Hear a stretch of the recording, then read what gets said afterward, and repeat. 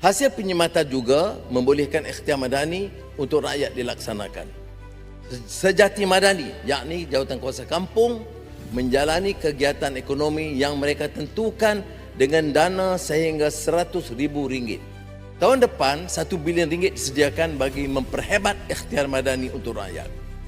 Sejati madani diperluas untuk melibatkan anak-anak muda, menambah pendapatan komuniti seperti program mesin layan diri atau di bidang pertanian, khususnya sistem pengairan baja fertigation.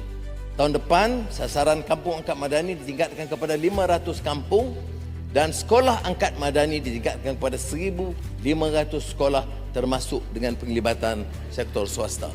4,000 lampu solar madani di Sabah telah dipasang, hampir diperluas ke kampung-kampung dan kemudiannya nanti ke seluruh negara.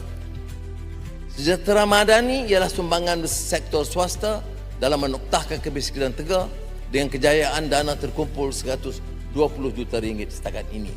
Untuk itu, syarikat dan individu berpendapatan perniagaan yang menyumbang untuk program Kampung Angkat dan Sekolah Angkat Madani, Sejahtera Madani, layak diberi potongan cukai pendapatan.